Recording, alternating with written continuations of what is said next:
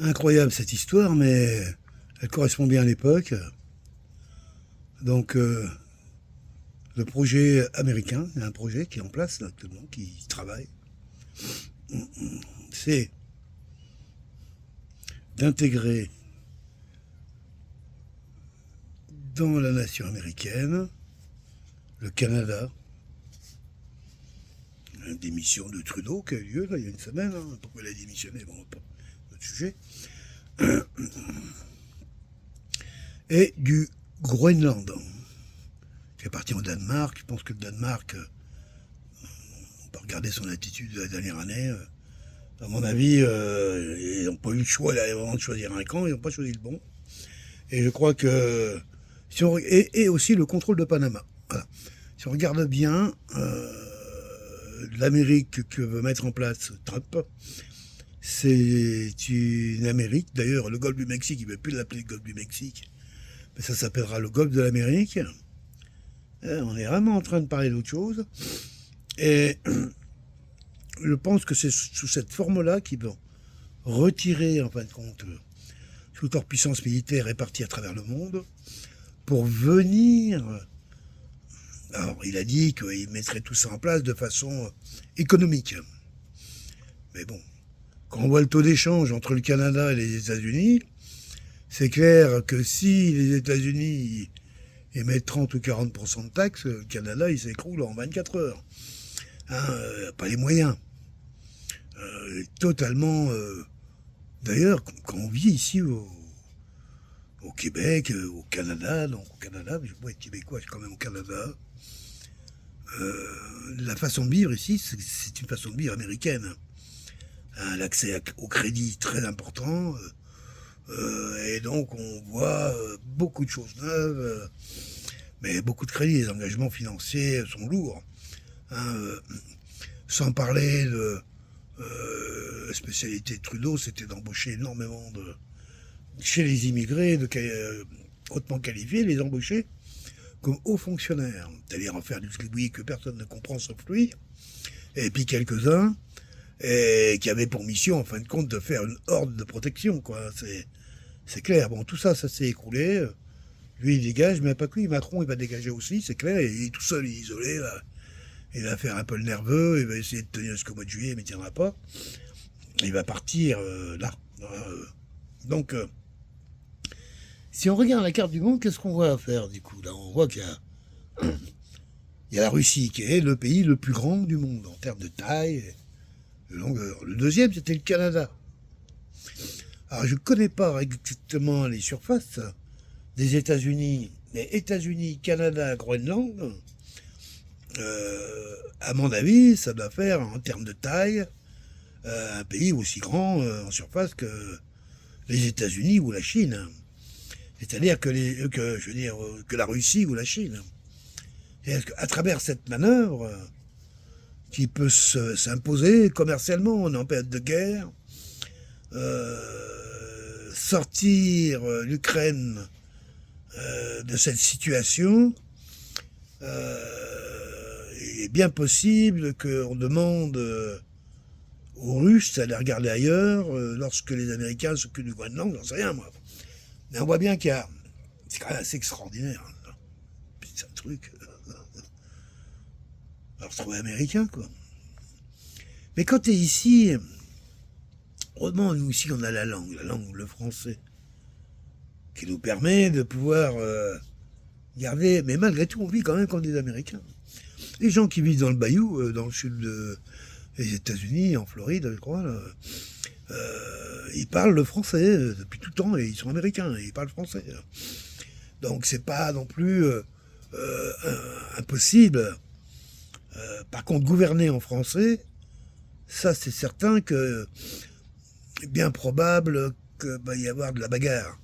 À moins que le Québec se sente l'occasion incroyable de jouer la carte de l'indépendance, obligeant les États-Unis à peut-être avoir une attitude particulière envers le Québec. Les États-Unis pourraient très bien considérer que le Québec, après tout, vu son histoire, est légitime à demander son indépendance, et à ce titre-là, peut traiter avec le Québec telle façon que ça mettrait un gros caillou dans les chaussures du Canada, mais c'est sur pas le Canada qui vise. Moi, je vais même aller plus loin que ça. Allez, là, dans le complotisme, il y a plus d'autre chose que ce que nous montre un peu l'info. Un des grands ennemis de Trump, c'était entre autres la famille d'Angleterre. Pour des tas de raisons que je n'ai pas envie d'expliquer là, mais si un jour on va me demander, je peux vous envoyer tas d'informations à ce titre-là. Et il faut savoir que le Canada appartient au Commonwealth. Commonwealth, c'est l'empire anglais, quoi. En fin de compte, il y a l'Australie, la Nouvelle-Zélande, le Canada. Ça sort, hein. L'Inde l'était avant, mais elle ne l'est plus. Bref. Et je me dis, on est Trump. Ah oui, des intérêts, mais il y a des bonhommes aussi. Toi, là, le roi, là, avec ta couronne, bon, donc tu n'en as strictement rien à faire, on va dire. Je vais te niquer ta race. Et donc, je vais m'attaquer à ton Commonwealth. Et dans les intérêts de mon pays. C'est une carte qui est jouée majeure. Là. Bingo. Placez-la, je ne sais pas comment le Canada peut réagir. Ah, il y en a qui vont tousser. Qui va tousser? Je sais pas, le pétrole de l'Ontario, ils vont où, là? Les laboratoires, tous ces trucs-là, c'est pas les Canadiens qui consomment tous ces produits. Il y a beaucoup d'entreprises ici dont on ne sait pas très bien ce qu'ils foutent. Qui sont énormément reliés avec les groupes américains, les groupes mondialistes. Donc c'est à travers ce mouvement, la global, qui est engagé, c'est-à-dire que c'est même presque rassurant de savoir que la stratégie militaire engagée, qui va s'engager, le fait qu'il en parle, déjà, il engage quelque chose. On a bien vu Trudeau a démissionné. Alors, c'est pas pour ça, mais ça l'a amené à ça, en tout cas. Je pense que il a des dossiers sur ce mec-là. Moi, j'ai déjà pas mal de trucs sur lui. Bon, bref, j'aime bien ce que l'autre doit savoir. Et puis, sûrement, quand même pas oublier que Trump, on a voulu le tuer. Hein. Par 2 fois. Hein. Même une 3e fois qui était... Donc, il rigole pas, là, le gars, là. Il sait très bien à qui il a affaire de lui. Des gens qui ont souhaité sa mort. Point à la ligne. Ce titre-là, ça va y aller. Hein. Alors, et en même temps, c'est ça, je trouve que l'intelligence du bonhomme, ou de son équipe, on voit que Musk, quand même, est quand même un sacré pivot, là. En termes médiatiques, en termes de positionnement technologique et autres. C'est un grand entrepreneur, c'est pas... Il n'a pas les dimensions d'entreprise comme Ford ou Chrysler et autres, mais c'est des grandes entreprises quand même, malgré tout.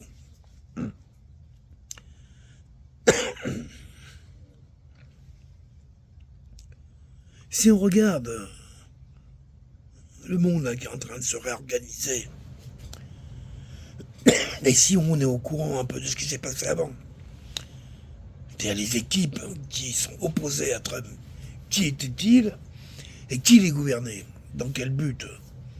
Si tant soit peu qu'on ait été au courant de ça, on peut comprendre tout de suite la manœuvre que va engager Trump, en sachant que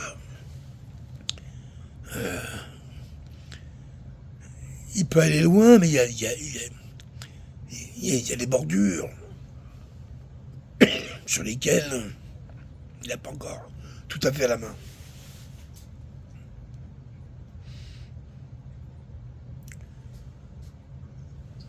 Je vois la configuration du monde ainsi. L'Afrique globale. Alors, il y a du taf. On voit le chemin de l'AES, par exemple, a été une démonstration que c'est possible. Donc, toutes les vieilles générations qui étaient raccrochées justement au mirage du WEF, même chez les Africains, beaucoup de présidents vont être obligés aussi de regarder les choses différemment. Parce que ceux qui vont donner la musique, là, dans 15 jours, c'est pas leurs copains. Bien au contraire. Et il y a de fortes chances que, quand je regarde ça un petit peu, c'est quand même un peu aberrant, mais je vois que les intérêts de la Russie ou de la Chine sont les mêmes Non, les intérêts de la Russie, quelque part, sont les mêmes que ceux des États-Unis. Et ces intérêts-là, quelque part, équilibrent, je dirais, la puissance chinoise. Et il y a un truc dans cet ordre-là qui est en train de... Et c'est ce monde-là dans lequel on pense que les lois de la compétition commerciale devraient pouvoir le mettre en équilibre et le faire fonctionner. Sans sortir les armes, et voilà. Alors, c'est déjà une étape. Après, l'étape d'après, c'est qu'il va falloir désarmer la planète. C'est quoi désarmer la planète? C'est simple. C'est de tous les industriels qui fabriquent les voitures, par exemple, des camions, ont tous la capacité, en peu de mouvement, de transformer leurs ateliers pour fabriquer des jeeps, des camions de guerre, j'en sais rien. Ce que je veux dire par là, c'est que le tissu industriel d'une nation guerrière comme les États-Unis maintient en permanence cette capacité de passer ou à la paix ou à la guerre. Pour eux, c'est la même chose, qu'on change la couleur, on met une peinture différente, mais on fabrique quand même toujours des véhicules, des avions, des bombes, j'en sais rien, j'ai pas tout ce que peut produire et consommer un secteur militaire comme les États-Unis, mais on n'imagine pas les consommations d'électricité, de câbles, ça va être colossal. Reconvertir cette force militaire dans la reconstruction d'un monde global, c'est la voie. La voie, il faut à tout prix que si les gouvernants sont capables, à un moment, lorsque les gens sont prêts à le faire, et je vais donner une chose pour ça. Je pense que quand les gens ils arrivent à un certain âge, 80 ans, t'as fait ta vie, attends plus trop de miracles te concernant, si ce n'est peut-être de réussir dans ton job. Je pense que ça peut permettre d'oser. D'oser des choses qu'on n'aurait pas fait si on était encore en capacité professionnelle. J'imagine que Trump, lorsqu'il était en train de vouloir construire des tours à Manhattan, il s'est pas mêlé de politique parce que c'était pas possible. Autrement, il aurait peut-être construit une tour qui serait fait démonter le lendemain, quoi. Donc, à un moment, il y a eu tout ça, puis après, hop, il est rentré dans un secteur politique où il n'avait plus besoin, en réalité, de ce monde économique. Il le connaît. Et si un homme providentiel dans chaque grand... En Afrique, je dirais, plutôt que de dire là, il est possible que l'homme providentiel africain, il vienne... On pense à des mecs comme Traoré, qui est jeune, qui montre son intégrité, son intelligence, sa bonne gouvernance. Et pourquoi pas, si un jour on pense à un gouvernement panafricain, voilà, des jeunes comme lui, il n'est pas le seul. On a beaucoup tué en Afrique, mais qui pourrait, pourquoi pas, prendre la destinée de tout ce continent. Voilà, parce que l'OUA existe, il s'agirait aujourd'hui de commencer à essayer de rendre ça vivant à travers les richesses propres de l'Afrique et non pas à travers des emprunts qui sont faits. Ouais, tout le monde a compris que aujourd'hui il est temps, et je pense que si la vision réelle de la Chine, de la Russie, de l'Inde, enfin bref, des BRICS et des États-Unis, l'Europe ne sait pas comment elle va réagir. L'Europe a énormément utilisé la guerre, tout le temps la guerre, pour se maintenir. Il y a eu une période de paix en Europe, il est vrai, une période qui a duré à peu près après la fin de l'Empire romain. Voilà, on va dire ça comme ça. Jusqu'à, on va dire, le haut Moyen-Âge, ça commençait déjà à merder. Il y a eu à peu près 1000 ans, là, 800 ans, là, où l'Europe était, comment je dirais, c'était l'Europe des tribus, c'était l'Europe des villages, c'était cette Europe-là. les nations n'existaient pas, pour ainsi dire. Hein, c'est quand on a commencé à faire les nations que les guerres sont venues, quoi. Hein. C'est simple. Hein, Donc, moi je crois que en Asie, je regarde Poutine. Poutine il est âgé maintenant. Mais quand même, quand je regarde le type, il arrive dans un pays, son pays, à l'époque d'Helsinki, je me rappelle ceux qui ont fait un peu d'histoire, le mec alcoolique. Il y avait, les gens pouvaient plus payer leur loyer, ça mourait de faim, ça flinguait le jour dans les rues. Il y avait une misère incroyable. Il n'y avait plus rien dans les magasins, des queues incroyables avec un marché noir insupportable. Bref, le pays était tombé dans un marasme total, qui n'était pas nouveau pour les Russes. Ils ont tellement vécu toutes ces horreurs, quelques 20 ans avant, et puis encore avant. C'est une nation, quand ils se disent les nègres blancs de l'Europe, on peut dire que oui, c'est vraiment un peuple qui a énormément été... Mais bref, comme beaucoup de peuples européens, parce que, voilà, quand l'Europe est devenue nation, quand elle est devenue république, c'est à coup de guerre, à coup de massacre. C'est rentré dans les gènes, c'est presque une façon de gérer les situations. Une bonne guerre, ça va nettoyer tout ça, puis après on va remettre de l'ordre. Une bonne guerre. J'ai entendu ça quand j'étais gosse, moi. C'est rentré. Alors imaginez bien que lorsqu'on commence à parler de créer un monde basé sur le commerce et l'échange, donc, ayant que comme armée, on pourra dire, une armée qui viendrait à protéger, en fin de compte, ce système, et rien d'autre, ça serait... Peut-être qu'on arrivera à ça. Puis est-ce que c'est souhaitable? Je ne sais pas. Il y a beaucoup d'enjeux. L'humanité, aujourd'hui, est arrivée à des paradoxes extrêmes. La nature est dans un état... En gros, les espaces vraiment naturels où l'homme n'a pas été y mettre son cul, on dit que ça représente pas plus de 10%. 10%. C'est 90% de la planète, on y est allé, on a modifié, on a bagué, on a pucé, on a photographié, on a exploité, déformé, défoncé, coupé, rasé. C'est hallucinant, c'est ça. Aujourd'hui, il s'agit de réparer. Et pour réparer, la seule façon de réparer, c'est de laisser du temps à la nature qui sait le faire elle-même. Elle ne fera jamais aussi bien qu'elle. On peut l'aider, on peut accélérer les processus. Comme je vois dans le désert avec toutes ces bombes là qui lâchent de plantes, je sais plus quoi. C'est efficace, hein. On regarde 10-20 ans plus tard, il y avait un désert, là tout d'un coup il y a une forêt, quoi. Donc, reprendre un peu le texte de Giono, là, l'homme qui plantait des arbres. Un peu ça, aujourd'hui il s'agit de... Au niveau de la mer, ça suffit, je suis désolé les pêcheurs. Vos parents, vos grands-parents, vos arrière-grands-parents ont été trop loin. Aujourd'hui il n'y a plus de poissons, je suis désolé. Vous n'avez plus votre place. Les agriculteurs, vous êtes les fruits un peu de ce monde dégénéré là qu'on veut essayer de faire disparaître. Je ne suis pas sûr que votre métier, c'était... Votre métier, ça n'a jamais été de nourrir le monde, c'est pas vrai. Ça a été de nourrir vos voisins, ça a été de nourrir les vôtres.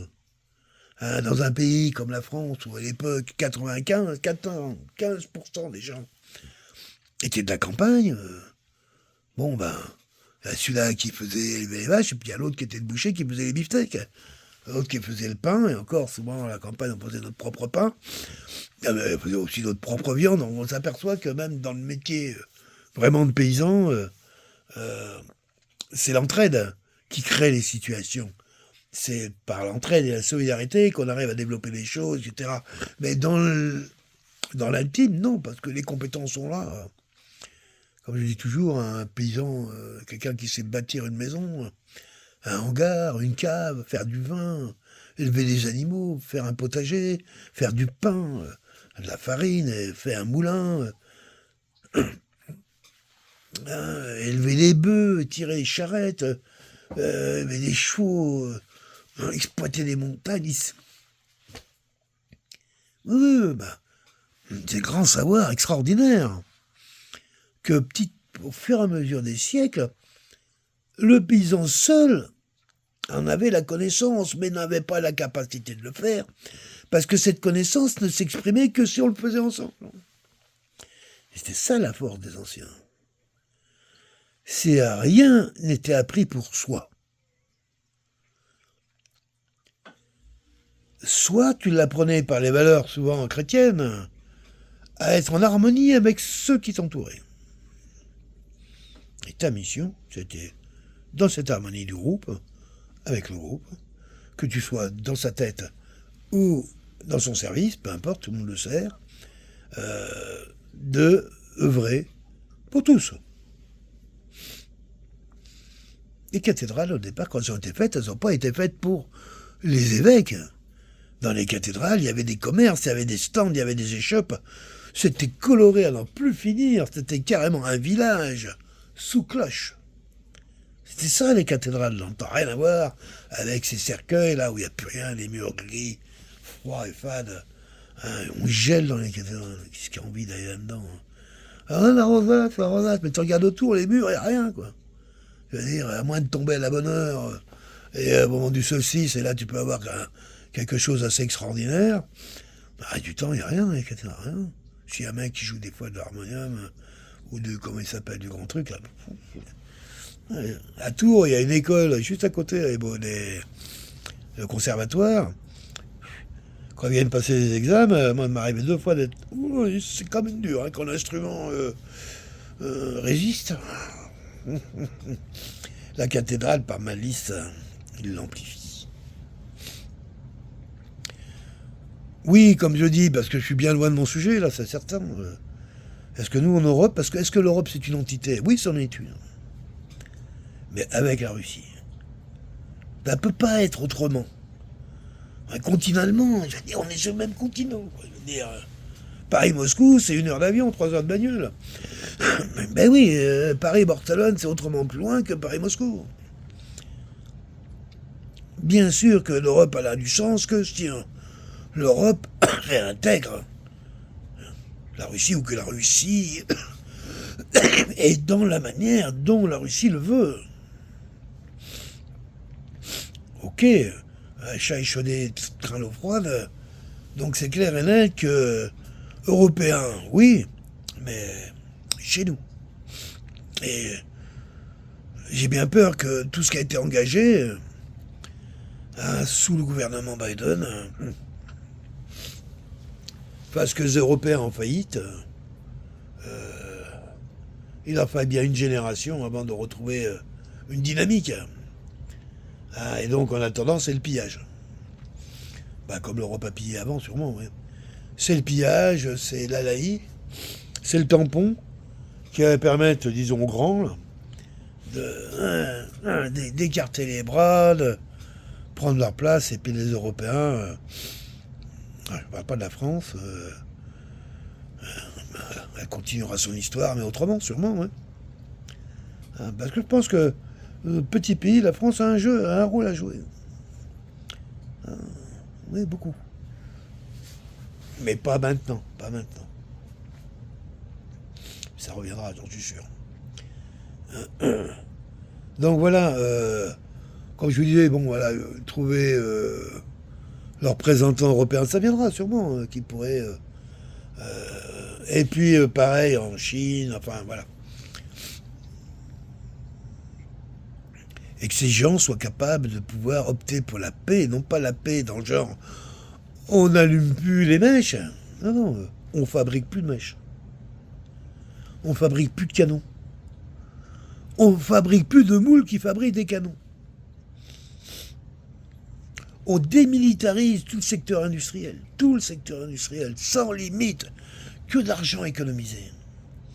Mais on paierait les choses déjà 2 fois moins cher si les industriels n'étaient pas obligés de maintenir en permanence cette capacité militaire que leur demande le gouvernement pour avoir traité avec eux. Oui, c'est comme ça que ça fonctionne, hein. C'est pas un monde de gentils. Donc là, on est dans une étape là où les gros muscles sont sortis, on le voit bien. On pense qu'on est parti pour une génération... je verrai ce spectacle-là, ça m'étonnerait que je vois ce qu'il va dire derrière. Mais on peut croire que on se mette vraiment à réparer la nature. hein, c'est-à-dire qu'on arrête notre agitation, qu'on arrête notre consommation, comment je dirais, de matériaux. On fabrique des trucs exprès pour que ça tombe en panne. Enfin, on sait très bien faire des choses qui durent et on les rendrait accessibles à tous, il n'y a aucun problème. Donc, tout ça, c'est un état d'esprit. Est-ce qu'on a des gens aujourd'hui qui sont capables de mener le monde de cette façon? Je pense que oui. Parce que je pense pas que ça sera une personne, ça sera à travers des tas de modèles, petit à petit, que se mettront en place justement toutes ces énergies qui feront que, à un moment, une génération sera prête. Comme je partageais ce matin sur mon Facebook, il n'y a rien de plus puissant qu'une idée quand son temps est venu. Peut-être que celle que je propage, là, comme idée, là, la vraie démilitarisation, non pas l'Ukraine, le Yémen, un petit bout là, un petit bout là, un petit bout là, puis on fait péter ailleurs. C'est quand même toujours des humains, et une nature, des animaux, tout ça qu'on massacre. C'est toujours la même chose, mais on fout de savoir si les gens ils sont bleus, rouges, noirs ou violets. Ça reste des frères et sœurs, des humains. Ouais, j'ai pas envie de faire la démonstration de ça, mais ça peut se comprendre, non, sans difficulté. Alors les retournements, arrêtons en Ukraine, allons plus loin. Il est temps. Je pense que l'époque est prête. Nous, notre génération, on a fait des enfants qui sont pas vraiment belliqueux, beaucoup moins qu'on l'était. Et leurs enfants à eux, non plus. Ils ont des restrictions différentes, mais moins agressives. Ah ben par contre, quand ils se bagarrent, ils font pas semblant, mais bon, pareil quand t'es jeune. On va pas faire qui est plus méchant ou moins méchant. Mais je veux bien croire que dans cette génération, les petits-enfants, là, ceux qui ont 10 ans, 8 ans, 5 ans, j'en sais rien. Imagine que dans 30, 40 ou 50 ans, c'est eux qui piloteront le monde. Peut-être qu'en eux, germe ce désir extraordinaire que plus jamais de guerre. Mais quand on dit plus jamais de guerre, il faut plus jamais de paix. C'est quand on comprendra ce rapport aux deux choses qu'on pourra commencer à nettoyer le monde. C'est tout.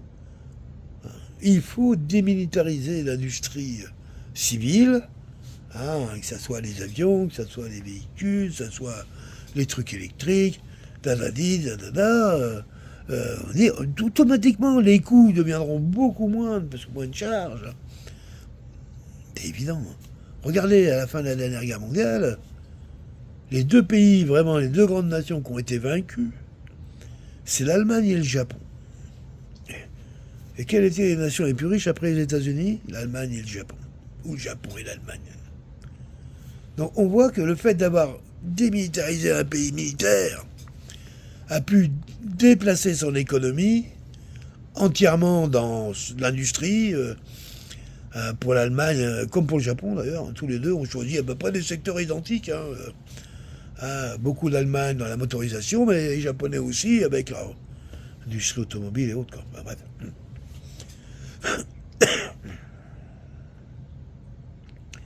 Voilà, mon sujet, j'ai démarré comme ça, que voilà, le nouveau projet américain est de, comment je dirais, d'étatiser, de nationaliser le Canada, le Groenland et Panama.